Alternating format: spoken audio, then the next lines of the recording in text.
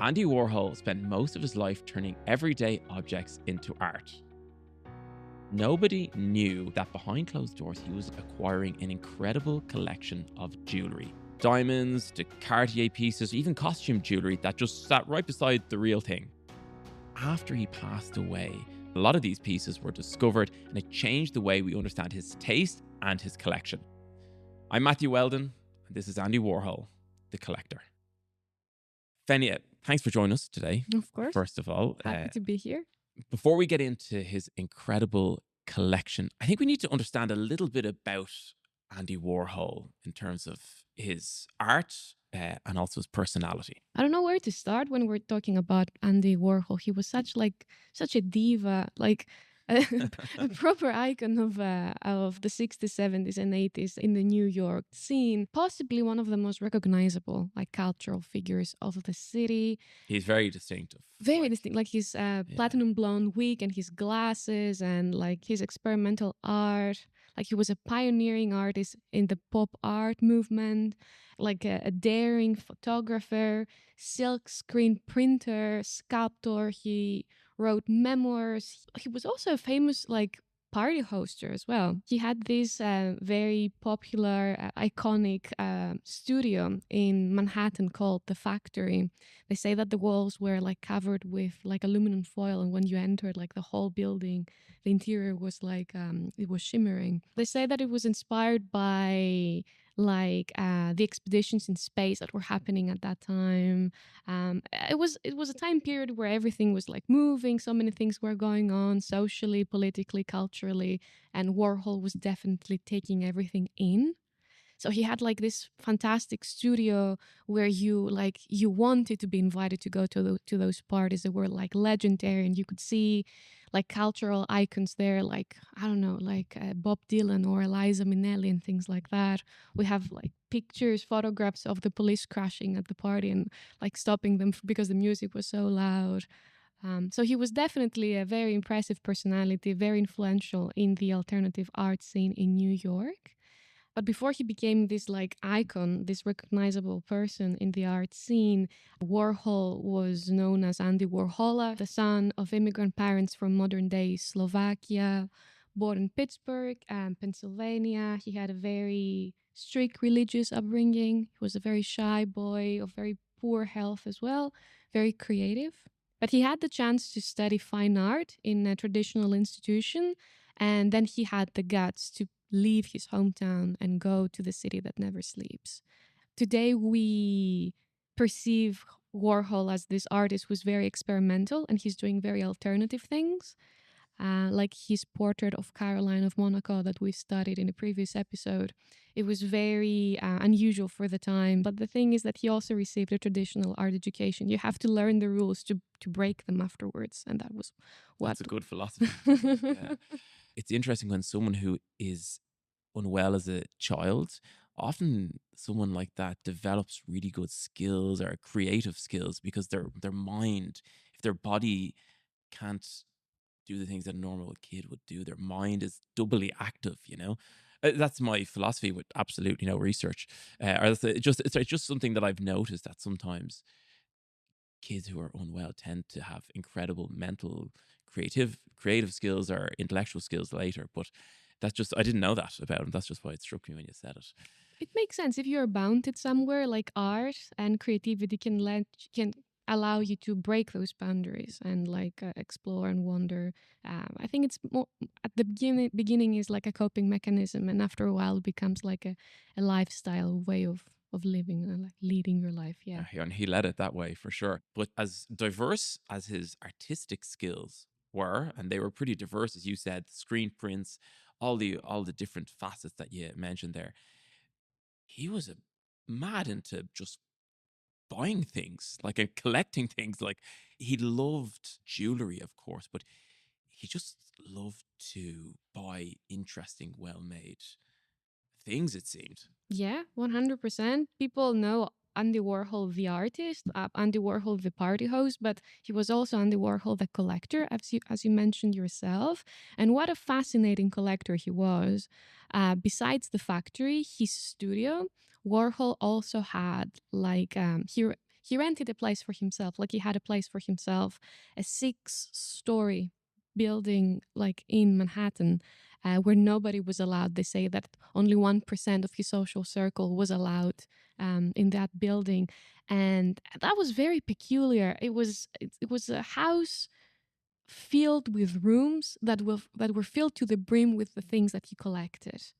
And like you would find like the most amazing things inside those rooms, like from furniture to like expensive high-end jewelry to paintings to even to cookie jars. Porcelains. Oh yeah, no, the cookie jars. Yeah, no, we'll get to those. They're really wild. Like, but I've seen this before, Fenia. Sometimes we have clients and we go to these shows and they come up to us for antique jewelry because obviously that's what we deal in.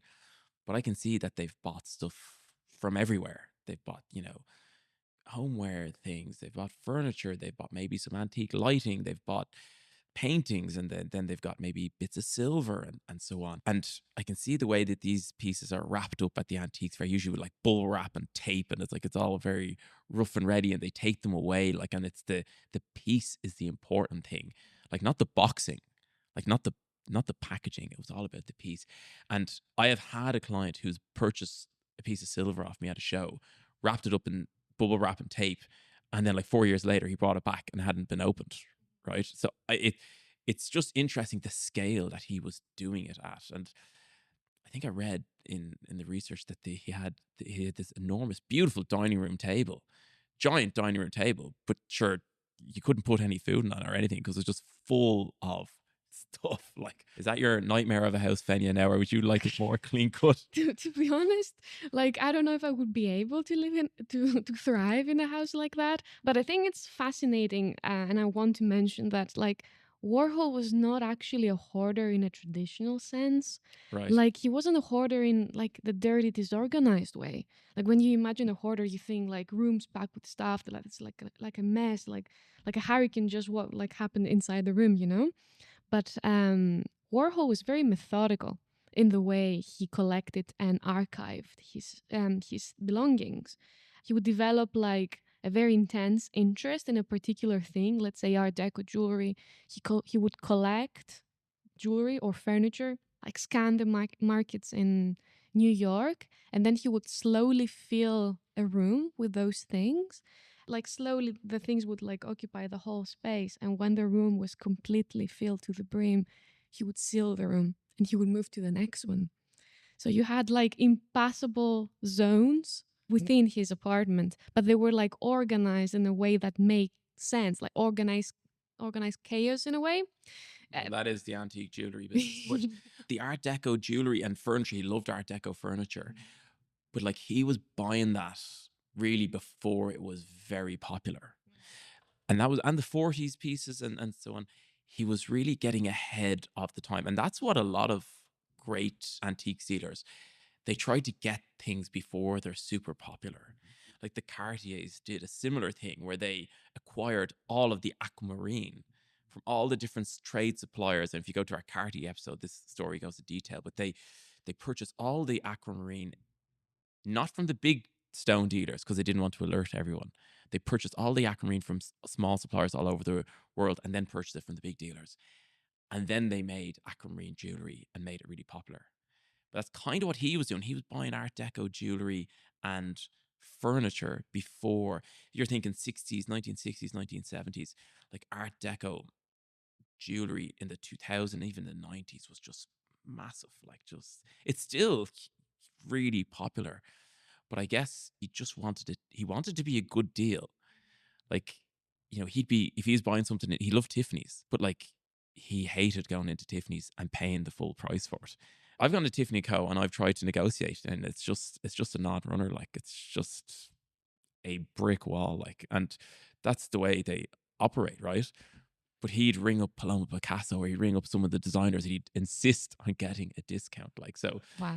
I think I think he just really liked also like the thrust of a deal, like just like actually the haggling, the negotiation, the whole getting it and then bring it home, the whole process. And it's really enjoyable. Like, it's fun to buy things, right? To be honest, I understand it. Like, I understand the thrill of the hunt of finding something like special in a very good deal. I think it's very interesting that he never really displayed any of his stuff. Like that he kept it in. Like, we have many clients who do love the thrill, who do love the hunt, but then they wear their jewelry, they display their furniture. Warhol did not do that. Like, he filled his rooms and then he sealed the Yeah. rooms, and nobody ever saw anything until like after he died. When Maybe he was afraid of people moving it. There was I can't think of the name of this person, but a really good client for Boucheron, a lady who was mega client, would buy incredible ruby sweets, emerald necklace, incredible stuff. And she never wore anything. She went home and she used to take them out at night and put them on her bed and go through them and be, oh, this is that and this is this. And that's how she got enjoyment out of it. She didn't actually wear the pieces, but she loved just going through her collection and admiring and, looking at the gemstones and the pieces. He kind of had a similar thing in a way, but it sounds like he didn't actually. Once that room was sealed, it sounds like it was sealed. it was sealed, I wonder if it was possible to get in. Like, if it was so full, like, how would you get in? And they say that like very few people could actually get into his apartment and see what he had. At the end of his life, he was only occupying the bedroom and the kitchen and the bathroom, of course, and like that was it. He did occasionally wear the jewelry. I think there was a party he was at, and someone noticed under his shirt this shape, and they looked, and it was one of an emerald necklace that he had. So maybe on rare occasions he wore them, but as you said, it was more to do with acquiring and the storage. The piece. storage, yeah. Warhol was doing this archiving thing throughout his whole life, and it wasn't just about like the things that he bought in like thrift stores and like antique markets. He did that with like anything. He was famous for creating time capsules. That's how he called them. It was like every month he would collect ephemera, photographs, letters that somebody sent him, things like that. He would put them in boxes and then he would seal them and he would write on top like March 1964. And then he would like put this aside. He was very interested into capturing all the details of every life of like everyday life.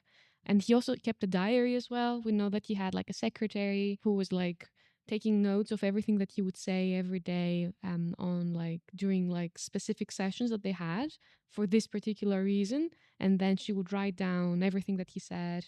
And to this day, like if you want, you can actually like read his diaries, what he was doing every single day. We did that episode with Caroline of Monaco, and like you can go, his diaries are available online and you can go and see what he thought about Caroline. He documented the world through his art, but he was also like a private collector. We can learn so many things about his personal life through his items, through his extended collection, which was discovered after like his death in 1987. And then we had this like bizarre auction afterwards by Sotheby's. So maybe we could dive into that.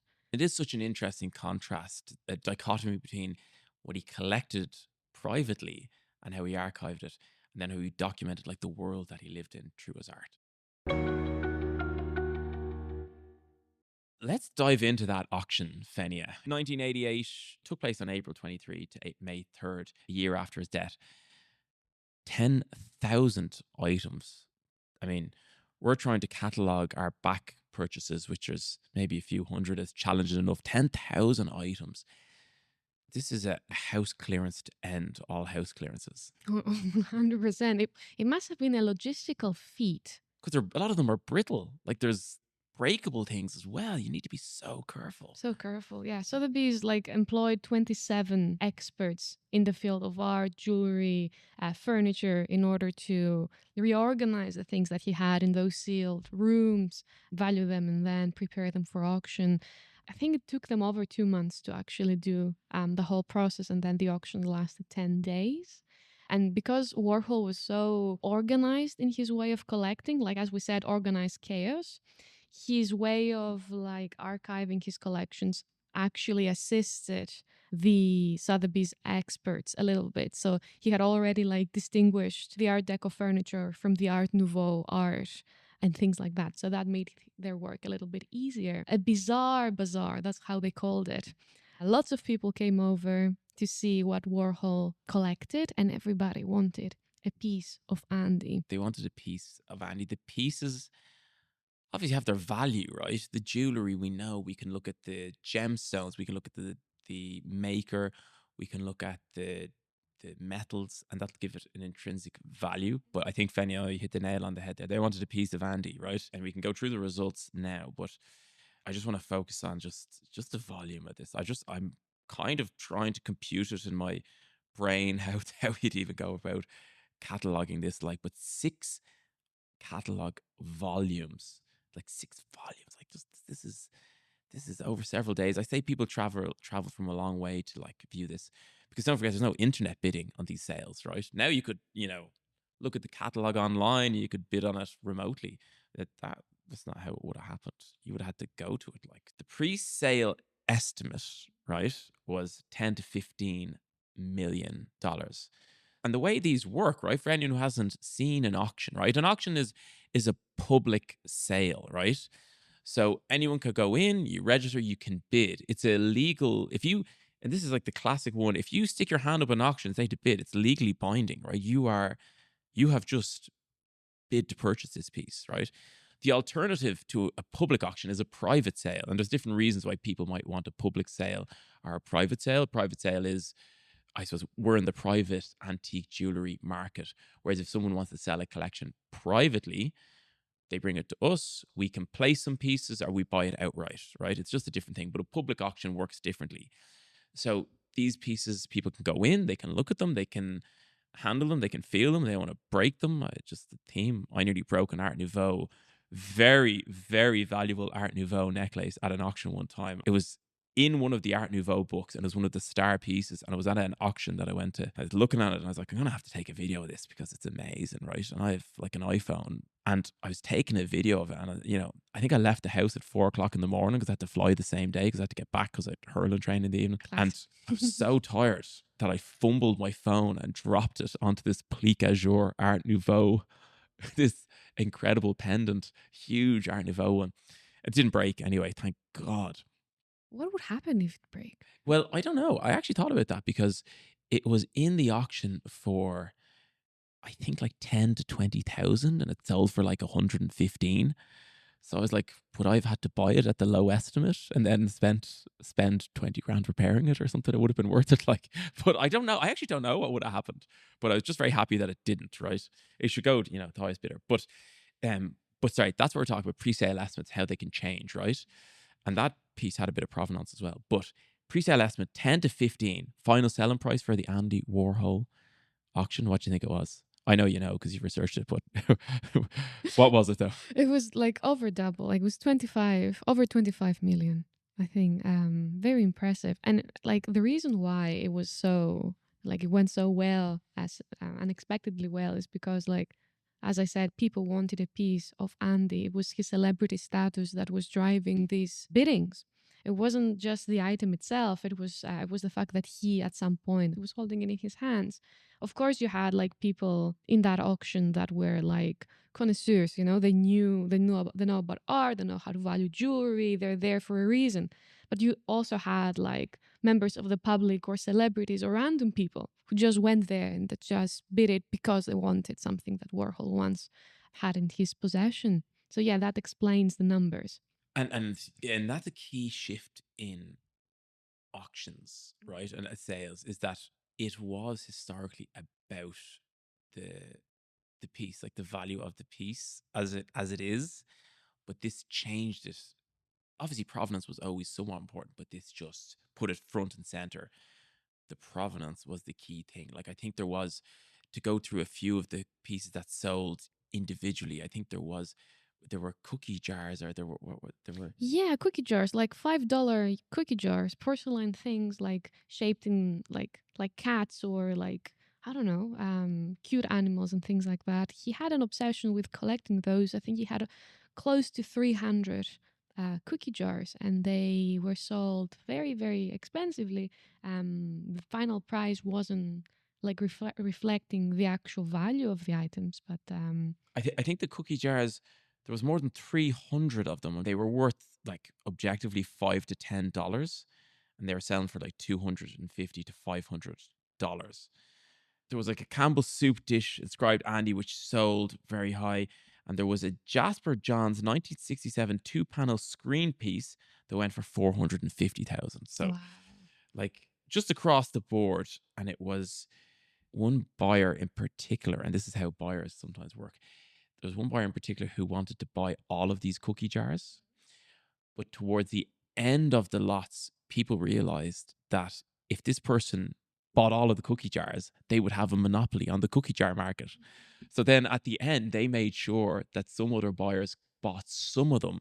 So then you'll see at the end of that section of the auction, some of the prices went really high because there were competitive bidders ensuring that there wasn't a monopoly on that. What were the 6 volumes? What were the 6 categories? I assume like Art Deco, furniture, and Art Nouveau. Art Nouveau, Art Deco. Collectibles, jewelry, furniture, decoration, paintings, that was 2. Art Nouveau and Art Deco was 1. Jewelry and watches was 3. American Indian art was 4. Americana and European American works on paper were 5. And contemporary art was 6. So just to clarify that. He also had like European paintings and like modern American paintings.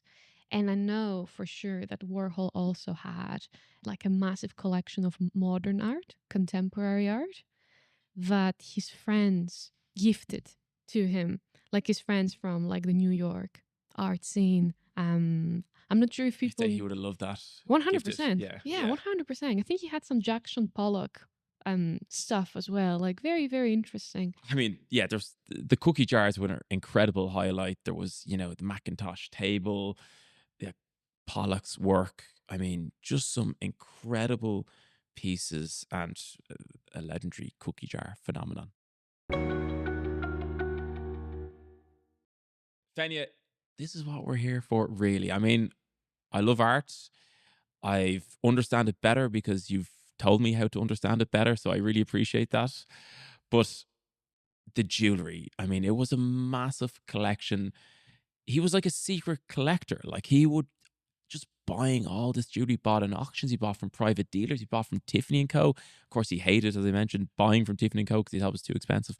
But he had this amazing collection. And there was the pieces that went in the first sale that were documented in the big Sotheby's auction. But then there was a secret stash of jewelry that was discovered after it that they had another sale of. So let's just talk about some of the pieces that went through the first sale. Yeah, now we can talk about the secret stash. this crazy secret stash. To be honest, Matthew, I think that the first one could be referred to as a secret stash as well, if you think about it, because they were like the first portion of the jewelry was hidden like at the corners of his 19th century bed. What a diva. He had a Victorian bed with like a canopy. I want a bed like that. I bet you, yeah, I could see that. And have like, the Lord of the Rings volumes on the wall. Yes. Like, but yeah, I suppose you're right. It was pretty much. It was hidden over there. It was different levels of secrecy, I suppose. Like some of the pieces were incredible. Like, and I'm just looking at some of the results, like of some of the, and some of the pictures here. Like he's got incredible citrine retro suites, Art Deco tiara, 1970s designs. There's really, really nice vanity cases that I'm looking here, like different gemstone set ones, carved stones, and amazing diamond jewelry there as well. So eclectic, I don't think is the word, right? This was across the board. And like just to look at some of the pieces here, and Veronica, researcher, got some of the original auction descriptions, like lot 727, Victorian Pietra Dura demi parure, 19th century oval gold brooch and carriage with black onyx grounds, inset with floral motifs and malachite white stone. So you've got like Victorian Pietra Dura, a Lalique glass Medusa head, right? Wonderful. Strands of pearls. Like these are all low estimates, relatively speaking. And then you've got like Cartier bracelet, 1940s, like a ribbed flexible bracelet with a 35 carat aquamarine. I know provenance is important, but like that today, even without provenance, would be just an incredible piece. Another Cartier bracelet, another aquamarine and diamond brooch with another 35 carat aquamarine. The list goes on. A lot of Cartier pieces here. Like he has a lot of Cartier pieces. He had like Elsa Peretti, the very famous like bone cuff that she created for Tiffany's, and like Salvador Dalí, surrealist jewelry. I think that my favorite piece that he owned was like an aquamarine set for that used to be owned by Joan Crawford, the famous like flapper actress. Yes, that's. Oh yeah! Wow, what a suite! Oh my god. Yes, like very beautiful. It was created in the 30s, so an Art Deco piece, and I think it has over 130 carats of aquamarines, all cut diamonds, set in like yellow gold and with some accents of rose gold over there. And you have like a beautiful, like you have like a bracelet, you have a choker as well, and she also had like a brooch. If you search for images of Crawford, you will see her wearing this set in pictures where she wears her very distinctive like turban. So the brooch is on the top of the Yeah, turban. that's a famous photo. Yeah, very exotic, very nice. And she bought it from auction, and then no, I'm not sure. No, she bought it from Boucheron, I think. And then Andy bought it from auction when she died. And then 10 years after he died. And then Hancock's bought the piece from that auction. And I'm not sure where the set is now. But like it had like an interesting route from one It's like moved artist from to the other. private market to public market, back to private market. It's somebody knows where it is. And the great thing about these jewels is they're always somewhere. Like the Irish Crown jewels, they're somewhere. Maybe not all in one piece. But the watches, there were 313 watches. Now apparently he just wore the same watch the whole time. A lady's gold Rolex. That was far too big for him. Apparently he's famous for having this watch falling off his wrist at all times. But he liked to purchase watches. The results were astounding. The jewelry went between 2 to 10 times the estimates, depending on the piece. And there was a virtually 100% sell-through rate. So, I mean, that's unheard of in a sale. Be it public or private sale, there's, getting almost 100% out the doors is really, really good. And I think that's the piece of Andy again. Okay, so Fenia, the first sale has happened, right? They're done, 10,000 pieces. The catalogers are exhausted, saying, oh my God, please let this be the end of this collection, right? But the house has got the big pieces of furniture left, right? Because that's what happens. You move all the little stuff, the paintings, the jewelry, the objet, all the smaller things, and you're left with big furniture, right? You don't move because you can't move if there's stuff everywhere. Just it's impossible, right? First of all, you judging by the sounds of how the house was, you can't even get to the big furniture, right? You have to move all the stuff off it. But when they're moving to these filing cabinets, the curators uncovered a false bottom in the drawer, right? And in that was an even bigger collection of jewelry than they had auctioned in the first place, right? Okay, and how did the people from Sotheby's found them? Like, I assume they wanted to move the furniture and they heard the rattle inside and they were like, what the fuck, what's going on? Like, why would you spend so much money on so many like high-end jewelry and then hide them in a secret compartment in a drawer? I guess for safety, but like... It's probably safer than a safe, actually. Yeah. But, all sorts of things were in here.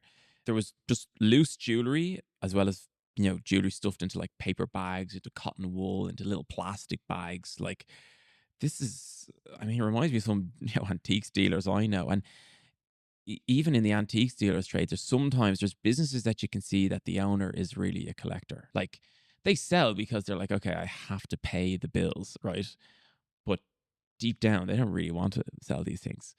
And there's other ones that are very clinical, commercial, like they'll sell anything for their required margin.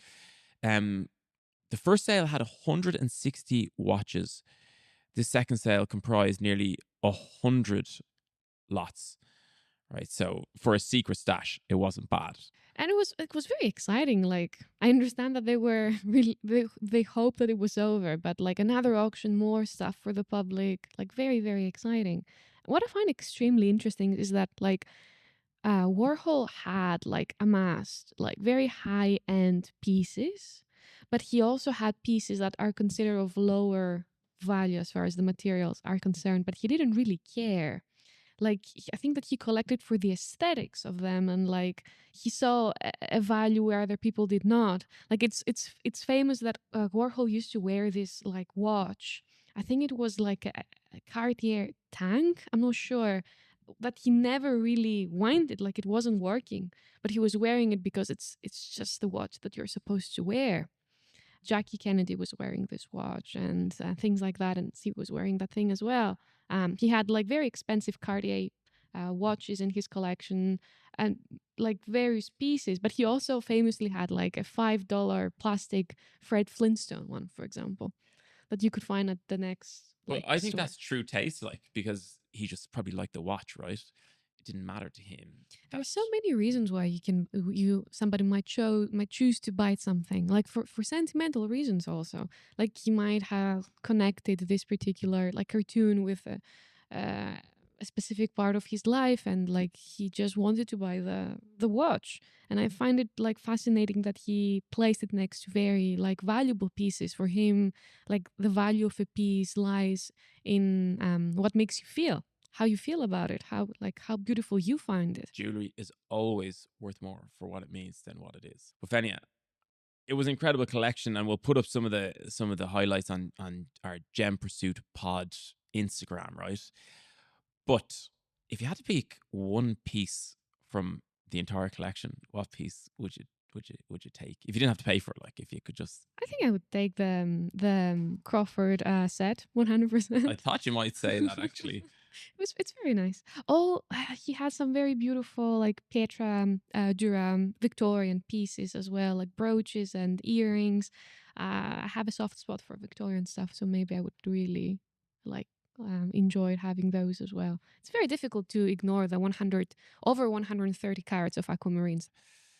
Yeah, it's a tough question. I mean, I don't know. Like, if I had to pick one, I'd probably some of his retro pieces. Like, there's the Lalique piece, which would be amazing. Like, I'd love to see the cookie jars. Yeah. I like watches. We don't deal in them, but I do like watches. So, would you ever wear a Cartier tank because it's the watch to wear? I was thinking about getting a watch the other day because I don't have a watch. I wear a Casio, but I was looking up these Cartier crash watches. Right? They look like kind of like a normal watch, but they almost look like they've been deformed or melted or something like that, right? You can still read the time just about, I'd say. So I thought that might be a nice, interesting one to wear, whatever. Then I actually looked up, these watches are like $250 to like $500,000. So you change your mind. I was like, no, we'll hold back on that for a while. But they are really cool. But I saw some wearing one of them. I didn't realize they were that rare now. But ultimately, I would probably go with some of his retro pieces. I find them the most interesting. The Cartier stuff is amazing. And when he was buying it wasn't the Cartier that we know today. It was still very popular. But I would go with some of the retro pieces. And if I had to pick one, I would probably go with like the suite of citrines. Oh, that's yes. really cool. That's a very good choice. I also love the Peretti cuffs as well, the bone cuffs. Yes, they are very nice. They're very like Wonder Woman-like, aren't they? They're massive. Yeah. Yeah. Yeah, I would feel very powerful wearing these. Created for Tiffany, very nice pieces as well. And you know what?